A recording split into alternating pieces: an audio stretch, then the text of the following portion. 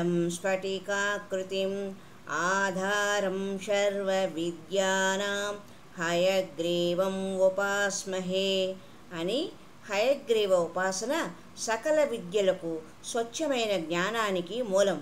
ఇది అమ్మ యొక్క సంకల్పం. ఈ సంకల్పము బలమైనది, ఫలమైనది కూడా. మొత్తానికి అమ్మ సంకల్పంతో నిగమ నిగమాంత వర్ణిత మోహన రూపుడు నగరాజధరుడైన నారాయణుడు హయగ్రీవునిగా మారడము జరిగింది. అంతేకాదు అమ్మకు కలిగిన ఒక అసౌకర్యం శ్రీహరిని అశ్వత్థనారాయణునిగా చేయడం కూడా విన్నాం. శివపార్వతులకు వివాహం జరిగింది. వారికి జన్మించబోవు కుమారస్వామి చేతిలో తారకాసురుడని రాక్షసుని మరణము ఉంది.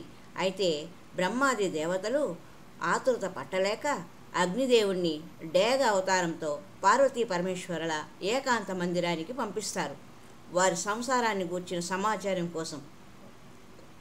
అమ్మ ముందు వీరి కుప్పిగంతులు ఏం ఫలిస్తాయి? అమ్మ గమనించింది.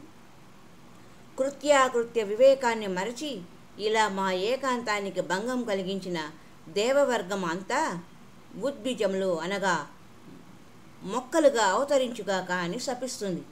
ఫలితంగా దేవతలందరూ తలా ఒక మొక్కగా అవతరించారు. విష్ణువు రావి చెట్టుగను, లక్ష్మీదేవి వేప చెట్టుగను మారారు. రావి చెట్టు అశ్వత్థ వృక్షం. నాటి నుండి శ్రీ మహావిష్ణువు అశ్వత్థనారాయణుడనే నామాన్ని పొందడము జరిగినది. అందుకే యాగాలలో మాత్రమే అశ్వత్థ పుల్లలను ఉపయోగిస్తారు. ఇతరత్ర రావి ఆకులను కాల్చరు. రావి వేపలకు గ్రామీణ ప్రాంతాలలో వివాహాలు చేయడంలో పరమార్థం కూడా ఇదే. అమ్మ సంకల్పానికి బలము ఫలము కూడా ఉంటుంది అనడానికి ఇవన్నీ ఉదాహరణలే. ప్రకృతి ప్రఫుల్లం కావడానికి, మేఘాలు వర్షించడానికి, జీవకోటి జీవన విధానానికి ఇంతకన్నా ఏర్పాటు ఏం కావాలి?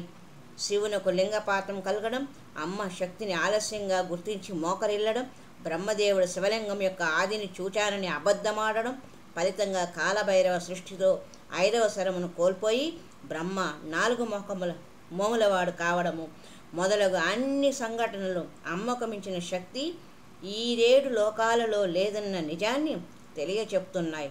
ప్రతి కార్యానికి ఒక కారణం, ప్రతి కారణానికి ఒక లోకహితం. ఇదియే అమ్మ యొక్క లీలా విలాసం. ఓం ఐం ప్రీం శ్రీమాత్రే నమః.